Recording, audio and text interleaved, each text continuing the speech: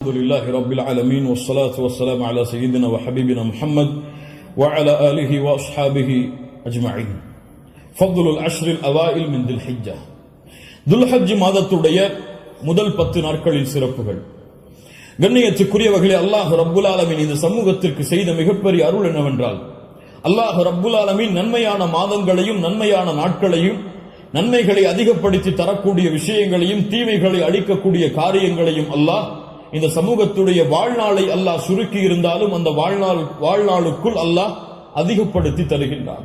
ரமதான் முடிந்தால் அடுத்த நன்மைகள், அந்த மாதம் முடிந்தால் அடுத்த நன்மைகள் என்று அல்லாஹ் ரப்புல் ஆலமீன் ஒவ்வொரு மாதமும் சில நாட்களை அல்லாஹ் கணக்கிட்டு அந்த நாட்களில் அல்லாஹ் ரப்புல் ஆலமீன் அருள் செய்து மூமின்களுடைய ஈடேற்றத்திற்கு அல்லாஹ் ரப்புல் ஆலமீன் உதவி செய்கின்றான். கண்ணியத்துக்குரியவர்களே, அந்த அடிப்படையில் ரமதானுடைய மாதத்திற்கு பிறகு அல்லாஹ்விடத்திலே மிக கண்ணியமான, அல்லாஹ்விடத்திலே மிக சிறப்பு பெற்ற நாட்களை இன்ஷா அல்லாஹ் நாம் அடையப் போகின்றோம். அந்த நாட்கள் தான் துல்ஹஜ் மாதத்துடைய முதல் 10 நாட்கள். அல்லாஹ் ரப்புல் ஆலமீன் அவனுடைய புத்தகம் அல் குர்ஆனிலே சூரா ஹஜ்ஜுடைய 28வது வசனத்திலே ஹஜ்ஜை பற்றி இப்ராஹிம் அலைஹிஸ்ஸலாம் அவர்களை அறிவிக்க சொல்லுகின்றான். அப்போது அல்லாஹ் ரப்புல் ஆலமீன் ஹஜ்ஜுக்கு வருபவர்கள் செய்யக்கூடிய காரியத்தை பற்றி சொல்லும் பொழுது வயத்குரு ஸ்மல்லாஹி ஃபி அய்யாமின் மஅலூமாத், கணக்கிடப்பட்ட அந்த நாட்களில் அவர்கள் அல்லாஹ்வை புகழ்வார்கள். இமாம் இப்னு அப்பாஸ் ரலியல்லாஹு அன்ஹுமா கணக்கிடப்பட்ட நாட்களில் அல்லாஹ்வை புகழ்வார்கள் என்று அல்லாஹ் கூறுகிறானே, அந்த கணக்கிடப்பட்ட நாட்கள் எதுவென்றால் அய்யாமுல் அஷ்ர் அல் அவாயில் மின் துல் ஹிஜ்ஜா, துல்ஹஜ் மாதத்துடைய முதல் 10 நாளைத்தான் அல்லாஹ் இங்கே குறிப்பிடுகிறான் என்று இப்னு அப்பாஸ் ரலியல்லாஹு அன்ஹுமா அவர்கள் சொன்னார்கள்.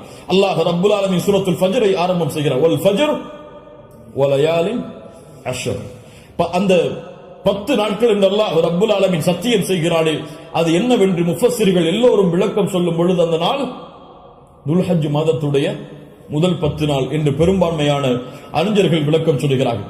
இந்த துல்ஹஜ் மாதத்துடைய முதல் 10 நாளுடைய சிறப்பை புரிவதற்கு அல்லாஹ்வுடைய தூதருடைய இந்த ஒரு ஹதீஸை அறிந்தாலே போதும், எமக்கு அது போதுமானது.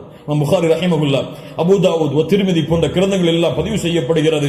இப்னு அப்பாஸ் ரலியல்லாஹு அன்ஹு அவர்கள் கூறுவதாக, அல்லாஹ்வுடைய தூதர் ஸல்லல்லாஹு அலைஹி வஸல்லம் சொன்னார்கள், மா மின் அய்யாமின் அல் அமலு ஸாலிஹு ஃபீஹா அஹப்பு இலல்லாஹ் மின் ஹாதிஹில் அய்யாம், யானி அய்யாமுல் அஷ்ர். அல்லாஹு அக்பர். அல்லாஹ்விடத்திலே நல்ல அமல்கள் செய்வதற்கு மிக விருப்பமான நாட்கள் இந்த அய்யாமுல் அஷ்ர், துல்ஹஜ் மாதத்துடைய முதல் 10 நாட்களை போன்று வேறு எந்த நாளும் கிடையாது. ரமதானுடைய இறுதி இரவுகள் அல்லாஹ்விடத்திலே மிக உயர்ந்தது. அல்லாஹ்விடத்திலே மிக உயர்ந்த 10 நாட்கள் துல்ஹஜ் மாதத்துடைய 10 நாட்கள் தான். ரமதானுடைய இறுதி 10 இரவுகள் அல்லாஹ்விடத்திலே மிக உயர்ந்த அந்தஸ்துடையது. அதைவிட ரமதானுடைய மாதத்திற்கு பிறகு துல்ஹஜ் மாதத்துடைய முதல் 10 நாட்கள் அல்லாஹ்விடத்திலே மிக உயர்ந்தது. இந்த ஹதீஸை சொன்னவுடன் சஹாபாக்கள் கேட்டார்கள், வலல் ஜிஹாது ஃபீ சபீலில்லாஹ், அல்லாஹ்வுடைய பாதையில் போராடுவதை விடவும் இந்த நாளிலே செய்யக்கூடிய அமல்கள் மிக உயர்ந்ததா? அல்லாஹ்வுடைய தூதர் ஸல்லல்லாஹு அலைஹி வஸல்லம் சொன்னார்கள், ஆம், வலல் ஜிஹாது ஃபீ சபீலில்லாஹ், அல்லாஹ்வுடைய பாதையில் போராடுவதை விடவும் இந்த நாளுடைய சிறப்பு மிக உயர்ந்தது. ஆனால் இல்லா ரஜுலுன் خرج بنفسه وماله فلم يرجع من ذلك بشيء, 2 அமல்களை தவிர அல்லாஹ்வுடைய பாதையில் ஒருவன் போராடுகிறான், அந்த போராட்டத்தில் தன்னுடைய செல்வம் அனைத்தையும் அழிக்கிறான், தன்னையும் அழித்துக் கொள்கிறான், இந்த 2 அமல்களை தவிர. இந்த 2 அமல்களுக்கு எதுவும் ஈடாகாது. இந்த 2ஐ தவிர மற்ற இருக்கக்கூடிய அனைத்து அமல்களை விடவும் இந்த துல்ஹஜ் மாதத்துடைய முதல் 10 செய்யக்கூடிய அமல்களுடைய அந்தஸ்து உயர்ந்தது என்று அல்லாஹ்வுடைய தூதர் முஹம்மது ரசூலுல்லாஹ் ஸல்லல்லாஹு அலைஹி வஸல்லம் சொன்னார்கள். ஏன் இமாம் ஹாஃபிஸ் இப்னு ஹஜர் அல் அஸ்கலானி ரஹிமஹுல்லாஹ் அவர்கள் சொன்னார்கள், ஏன் இந்த 10 நாட்கள் சிறந்தது? அல்லாஹ் ரப்புல் ஆலமீன் அமல்களுடைய தாய்களை எல்லாம் இந்த நாட்களில் வைத்திருக்கிறான். வேறு எந்த நாட்களிலும் செய்ய முடியாத அமல்களை அல்லாஹ் இந்த நாளிலே வைத்திருக்கிறான். ஏன்?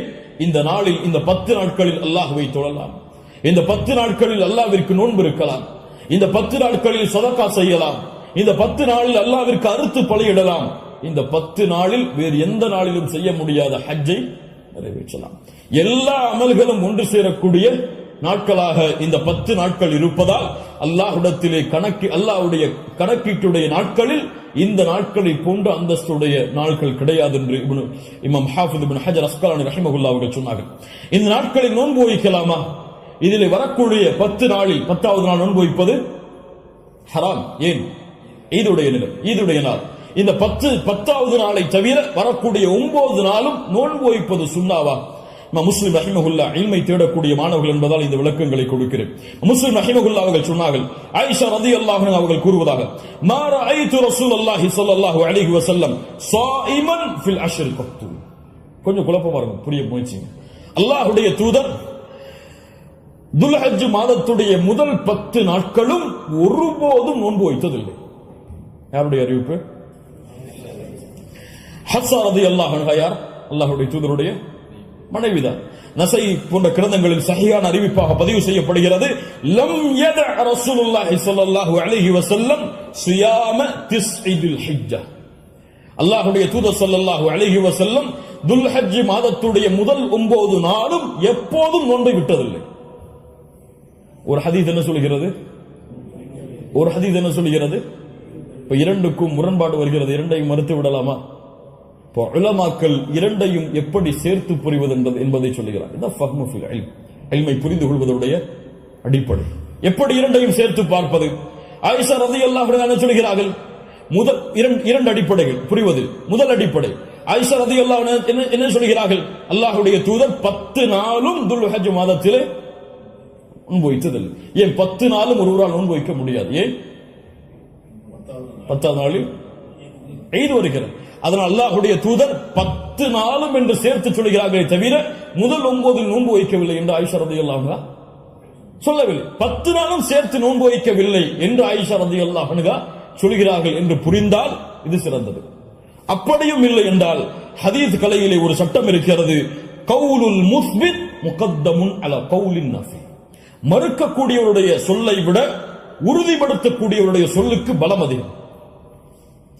மறுப்பவர் மறதியில் மறுக்கலாம், ஆனால் உறுதிப்படுத்துபவர் மறதியிலோ அல்லது இட்டுக்கட்டப்பட்ட நிலையிலோ உறுதிப்படுத்த மாட்டார். ஒன்று பார்க்காமல் இருக்கலாம், அல்லாஹ்வுடைய தூதருடைய வாழ்வில் அவர்கள் அதை பார்க்காமல் இருக்கலாம். அந்த நாளில் அல்லாஹ்வுடைய தூதர் ஆயிஷா ரலியல்லாஹு அன்ஹாவோடு இல்லாமல் இருந்திருக்கலாம். ஆனால் ஹஃப்ஸா ரலியல்லாஹு அன்ஹா உறுதிப்படுத்துகிறார்கள். உறுதிப்படுத்துபவர் மறதியில் உறுதிப்படுத்த முடியாது, உறுதிப்படுத்துபவர் பார்க்காமல் உறுதிப்படுத்த முடியாது. அதனால் இந்த சட்டத்தின் அடிப்படையிலும் அல்லாஹ்வுடைய தூதர் 9 நாள் நோன்பு வைத்தார்கள் என்ற ஹதீஸ் தான் உயர்ந்த தரமுடையது என்று ஹதீஸ் கலையுடைய அறிஞர்கள் விளக்கம் சொல்கிறார்கள். அதனால் சட்டம் என்னவென்றால் 9 நாளும் நோன்பு வைப்பது சுன்னா. யாருக்கு இயலுமோ யாருக்கு முடியுமோ அவர்கள் துல்ஹஜ் மாதத்துடைய முதல் 9 நாட்களும் நோன்பு வைப்பது சுன்னா. 10வது நாள் நோன்பு வைப்பது ஹராம். நோன்புடைய சிறப்புகளை பற்றி நமக்கு தெரியும். அல்லாஹ்வுடைய பாதையில் ஒருவர் அல்லாஹ்வுடைய முகத்தை நாடி ஒரு நாள் நோன்பு வைத்தால் பஅதல்லாஹு வஜ்ஹஹு அனின் நாரி 70 ஹரீஃபா. ஹரீஃபா என்றால் ஆம். அல்லாஹ்வுடைய தூதர் ஸல்லல்லாஹு அலைஹி வஸல்லம் சொன்னார்கள், அல்லாஹ்வுடைய பாதையில் அல்லாஹ்வுடைய முகத்தை நாடி ஒருவர் ஒரு நாள் நோன்பு வைத்தால் அல்லாஹ் ரப்புல் ஆலமீன் அவருடைய முகத்தை நரகத்தில் இருந்து 70 ஆண்டுகள் தூரமாக்குகிறார். அல்லாஹ் அக்பர். அல்லாஹ் ரப்புல் ஆலமீன் அந்த பாக்கியத்தை நமக்கு கொடுப்பானாக. அல்லாஹ்வுடைய தூதர் ஸல்லல்லாஹு அலைஹி வஸல்லம் துல்ஹஜ் மாதத்துடைய முதல் 10 நாட்களில் வரக்கூடிய யௌம் அரஃபா, அரஃபாவுடைய தினத்துடைய சிறப்பை பற்றி சொன்னார்கள். மா மின் யௌமின் அக்ஸர மின் அய்யுஅதிகல்லாஹு ஃபீஹி அப்தன் மினன் நார் மின் யௌமி அரஃபா. அல்லாஹ் ரப்புல் ஆலமீன் அதிகமான நரக விடுதலையை கொடுக்கக்கூடிய நாள் அது அரஃபாவுடைய நாள் தான். அரஃபாவுடைய நாளில் அல்லாஹ் முதல் வானத்திற்கு வருகிறான். எப்படி வருகிறான்? ஏன் வருவான் தெரியாது. அல்லாஹ் வருவான், அல்லாஹ் வருவான். அவன் விரும்புகின்ற முறையில் அல்லாஹ் வருவான். என்ன செய்வான்? கேட்பான், மா இவர்கள் எதை விரும்புகிறார்கள்? மா அராத ஹாஉலா, இவர்கள் எதை விரும்புகிறார்கள்? வேறொரு ஹதீஸிலே அல்லாஹ் ரப்புல் ஆலமீன் அங்கே கூடியிருக்கக்கூடிய எல்லோருக்கும் அல்லாஹ் மன்னிப்பை வழங்குவான். அல்லாஹ் ரப்புல் ஆலமீன் அப்படிப்பட்ட மன்னிப்பாளர்களாக ஹஜ் செய்த நம்முடைய முஸ்லிம்களையும் மூமின்களையும் அல்லாஹ் ஆக்குவானாக. அல்லாஹ்வுடைய தூதர் ஸல்லல்லாஹு அலைஹி வஸல்லம் சொன்னார்கள், அரஃபாவுடைய அந்த இடத்தில் ஒன்று கூற முடியாத மூமின்களை, ஹஜ்ஜுக்கு செல்ல முடியாத மூமின்களுக்கு அல்லாஹ்வுடைய தூதர் சொன்னார்கள், சியாமு யௌமி அரஃபா, அரஃபாவுடைய நாளில் நோன்பு வைப்பது அவருடைய முன் சென்ற ஒரு வருடத்துடைய பாவத்திற்கும் பின் சென்ற ஒரு வருடத்துடைய பாவத்திற்கும் பாவ மன்னிப்பாக இருக்கும். அல்லாஹ் அக்பர். முன் சென்ற வருடத்துடைய ஒரு வருட பாவம், பின் சென்ற வருடத்துடைய ஒரு வருட பாவத்திற்கு மன்னிப்பாக அமையும் என்று அல்லாஹ்வுடைய தூதர் ஸல்லல்லாஹு அலைஹி வஸல்லம் சொன்னார்கள். அல்லாஹ்வுடைய தூதர் ஸல்லல்லாஹு அலைஹி வஸல்லம் சொன்னார்கள், அஃதலு துஆ துஆஉ யௌமி அரஃபா. துஆக்களில் மிக சிறந்தது அரஃபாவுடைய தினத்தில் கேட்கப்படும் துஆவாகும். அல்லாஹ்வுடைய தூதர் ஸல்லல்லாஹு அலைஹி வஸல்லம் சொல்லிவிட்டு சொன்னார்கள், நானும் எனக்கு முன்னால் சென்ற நபிமார்களும் கூறிய வார்த்தைகளில் மிக சிறந்தது எது? லா இலாஹா இல்லல்லாஹ் வஹ்தஹு லா ஷரீக லஹ். லா இலாஹா இல்லல்லாஹ் வஹ்தஹு லா ஷரீக லஹ். இதுதான் மிகச் சிறந்தது அரஃபாவுடைய தினத்தில் கேட்கப்படக்கூடிய துஆ. கண்ணியத்துக்குரியவர்களே, இந்த 10 நாட்களில் அதிகமான அமல் செய்யக்கூடிய மூமின்களாக இருப்போம். இந்த 10 நாளை எப்படி கண்ணியப்படுத்த வேண்டுமோ அந்த கண்ணியப்படுத்தினால் அல்லாஹ் ரப்புல் ஆலமீன் இந்த நாட்களுக்குரிய கூலியை எமக்கு கொடுப்பான். இறுதியாக சுருக்கமாக 5 நிமிஷம் உதுஹியாவுடைய ஒரு சிறிய சட்டத்தை மட்டும் கூறிவிட்டு இந்த 10 நாட்களில் அடங்கி இருக்கக்கூடிய இந்த உதுஹியா என்ற கடமையுடைய ஒரு சிறிய சட்டம் என்னவென்றால், அல்லாஹ் ரப்புல் ஆலமீன் உதுஹியா என்றால் அல்லாஹுடைய பெயரை கொண்டு அல்லாஹுடைய முகத்தை நாடி ஒட்டகத்தையோ மாட்டையோ ஆட்டையோ யௌமுன் நஹர் யௌமுல் ஈத் அன்று அல்லது அய்யாமுத் தஷ்ரீக் அதற்கு தொடர்ந்து வரக்கூடிய 11, 12, 13 இந்த நாட்களில் அல்லாஹ்வை நெருங்குவதற்காக இந்த 3 விலங்கினங்களையும் அறுத்து பலியிடுதல் தான் உதுஹியா. அல்லாஹ் ரப்புல் ஆலமீன் கூறுகிறான், இன்னா அத்தய்னாக அல் கௌசர். அல்லாஹ் ரப்புல் ஆலமீன் நபியே கௌசர் என்ற தடாகத்தை உமக்கு வழங்குகிறான். அதனால் ஃபஸல்லி லிரப்பிக வன்ஹர், அல்லாஹ்வை தொழு, அல்லாஹ்விற்கு அறுத்து பலியிடுங்கள். வன்ஹர் வஸ்பஹ், அல்லாஹ்விற்கு அறுத்து பலியிடுங்கள் என்று அல்லாஹ் ரப்புல் ஆலமீன் கட்டளையிடுகிறான். இந்த உதுஹியாவுடைய விஷயத்தில் உலமாக்கள் மத்தியிலே கருத்து வேறுபாடு இருக்கிறது. சில உலமாக்கள் சொல்கிறார்கள், உதுஹியா என்பது வாஜிப், அதை விட்டால் பாவம். உதுஹியா வாஜிப், அதை விட்டால் பாவம். ஆனால் ஜும்ஹூர் அஹ்லுல் இல்ம் உலமாக்களுடைய ஒட்டுமொத்த கூட்டத்துடைய கருத்து என்னவென்றால், பெரும்பான்மையான உலமாக்களுடைய கூட்டத்துடைய கருத்து என்னவென்றால், உதுஹியா சுன்னah, விட்டால் மக்ரூஹ், விட்டால் வெறுக்கத்தக்கது. அல்லாஹ்வுடைய தூதர் தங்களுடைய இறுதி 10 ஆண்டுகளில் ஒருபோதும் உதுஹியாவை தாங்கள் கரத்தால் அறுப்பதை விடவில்லை. இது சுன்னah, ஆனால் விட்டால் பெரும்பாவம் கிடையாது, வெறுக்கத்தக்கது. கண்ணியத்துக்குரியவர்களை யாருக்கு அல்லாஹ் வசதி செய்திருக்கிறானோ அவர்கள் எவ்வளவு விலங்கின அந்த ஆடுகளையோ மாடுகளையோ ஒட்டகங்களையோ அறுத்து பலியிட முடியுமோ அவர்கள் அறுத்து பலியிடலாம். ஒருவருக்கு ஒரு ஆடுதான். ஒரு மாட்டை ஒருவர் முழுவதாக அறுப்பதற்கு அவருக்கு செல்வம் இருந்தால், வசதி இருந்தால் அறுக்கலாம். அல்லது அந்த மாட்டை 7 பேர் பங்கு கொள்ளலாம். ஒட்டகமாக இருந்தால் அவர்களும் அதில் 7 பேர் பங்கு கொள்ளலாம். இப்படி ஒரு ஆட்டை ஒருவர், மாடை 7 பங்காக வைக்கலாம், ஒட்டகத்தை 7 பங்காக வைக்கலாம். அல்லது ஒட்டகம் முழுவதையும் ஒருவர் கொடுக்கலாம், மாடு முழுவதையும் ஒருவர் கொடுக்கலாம். 2 ஆடுகள் 3 ஆடுகள் என்று ஏழைகளுடைய கஷ்டங்களை நீக்க அல்லாஹ்வுடைய முகத்தை நாடுபவர்கள் எவ்வளவு அல்லாஹ் அவர்களுக்கு செல்வத்தை விசாலப்படுத்தி இருக்கிறாரோ அவ்வளவு அவர்களும் விசாலப்படுத்தலாம். அந்த விலங்கினங்களுடைய சட்டம் என்ன? ஆடாக இருந்தால் 1 வருடம் பூர்த்தியாக இருக்க வேண்டும், 2வது வருடத்தில் நுழைந்திருக்க வேண்டும். மாடாக இருந்தால் 2 வருடங்கள் பூர்த்தியாக இருக்க வேண்டும், 3வது வருடத்தில் அது நுழைந்திருக்க வேண்டும். ஒட்டகமாக இருந்தால் 5 வருடம் பூர்த்தியாக இருக்க வேண்டும், 6வது வருடத்தில் அது நுழைந்திருக்க வேண்டும். யாருக்கெல்லாம் ஒரு முழு குடும்பமாக ஒரே இடத்திலே ஒரே உணவை சாப்பிட்டு வசித்தால் அந்த முழு குடும்பத்திற்கும் ஒரு ஆடு போதுமானது, அல்லது முழு குடும்பத்திற்கும் ஒரு மாடு போதுமானது, அந்த முழு குடும்பத்திற்கும் ஒரு ஒட்டகம் போதுமானது. ஒரு குடும்பம் மொத்தமாக ஒரே இடத்திலே ஒரே உணவை சாப்பிட்டு இருந்தால், தனித்தனியாக வேறு வேறு உணவுகளை வைத்திருந்தால் அவர்கள் தனித்தனியாக உதுஹியாவை அவர்கள் கொடுக்க வேண்டும். கண்ணியத்துக்குரியவர்கள், இந்த முறையில் இந்த வணக்க வழிபாட்டை செய்வதற்கு அல்லாஹ் எமக்கு உதவி செய்வானாக.